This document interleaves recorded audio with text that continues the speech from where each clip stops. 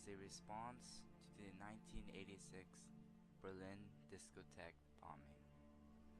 This bombing left one U.S. serviceman and a Turkish woman killed and more than 200 people wounded, including 50 other U.S. servicemen. On April 5th, in West Berlin, a terrorist bomb exploded in a nightclub frequented by American servicemen. Sergeant Kenneth Ford and a young Turkish woman were killed, and 230 others were wounded, among them some 50 American military personnel. I do remember people walking over me, trying to get their selves out. There was one body that flew out from the impact of the bomb. Where we landed at, I don't know, because we were sitting, but when I got up, I was completely on the ground. On January 20th, 1981, Ronald Reagan was elected to the office of presidency, in which he would soon carry out and enact multiple reforms and actions. Muammar Gaddafi, who had already been ruling Libya for 11 years, would soon come into conflict with the United States of America throughout the 1980s and 1990s. It all started when Reagan took interest in Libya because his advisors had warned him of the potential danger of Gaddafi's reign. This caused the United States under Reagan to take action against Gaddafi's support of terrorism against U.S. troops and citizens.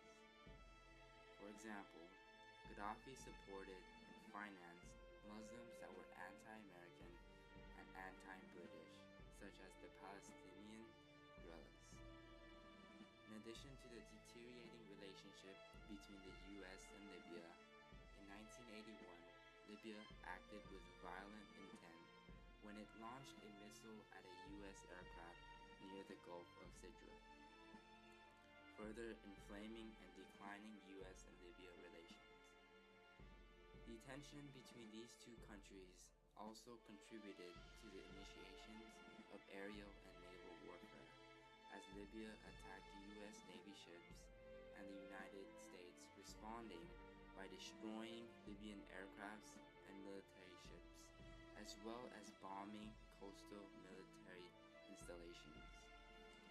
Furthermore, in 1981, following these violent events, Reagan began to investigate Libya's true intentions under the dictatorship of Muammar Gaddafi. Reagan's administration of war found that Libya was funding acts of terror that were being plotted against U.S. personnel. Also, Gaddafi's alignment with the Soviet Union to set up a federation in the Middle East alarmed the U.S. because of the international battle of communism, specifically the Cold War. This alignment alarmed Reagan even more, knowing the fact that Libya was working with a nuclear power, the Soviets. Libya had the means of becoming a nuclear power due to the surplus of natural resources such as petroleum, as well as the abundance of uranium present in Gaddafi's occupation of Chad. The relations between the United States and Libya hit rock bottom when Reagan imposed sanctions on Libya in January of 1986, the same year the bombing of the Berlin discotheque building took place. These sanctions, including closing Libya's embassy in Washington, an embargo on Libya's oil, and a new requirement for export licenses for most American goods. Ronald Reagan's response to these serious threats consisted of many devices. Reagan supported a wide range of covert activities targeting Libya, including disinformation campaigns, propaganda, sabotage, and support for terrorist organizations. Due to this apprehension, Reagan shaped his foreign policy in a way that boosted U.S. weaponry while disarming those affiliated with communist, nuclear powers, and or terrorist organizations.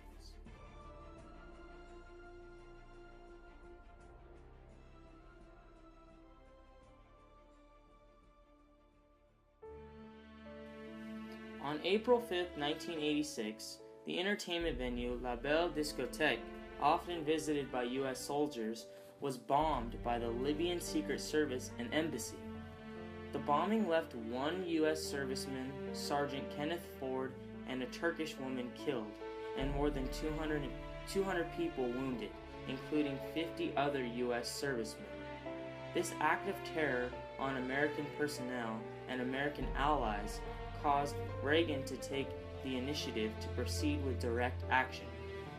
Reagan's direct action called for the bombing of Libya and other terrorist affiliates on the 15th of April in 1986, where a total of 100 U.S. Air Force and Navy aircrafts successfully bombed 5 military targets, including the headquarters of Gaddafi.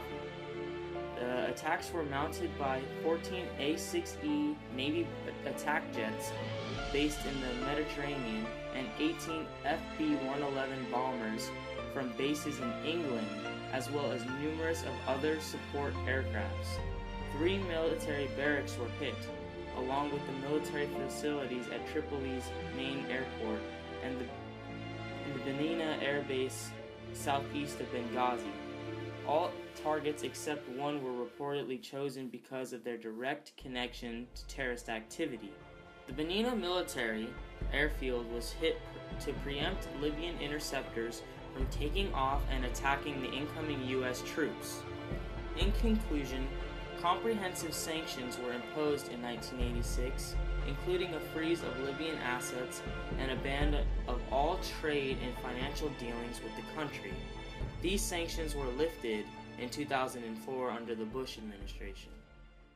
Colonel Gaddafi is not only an enemy of the United States.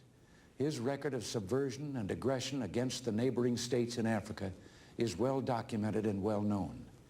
He has ordered the murder of fellow Libyans in countless countries. He has sanctioned acts of terror in Africa, Europe, and the Middle East, as well as the Western Hemisphere. Today, we have done what we had to do. If necessary, we shall do it again.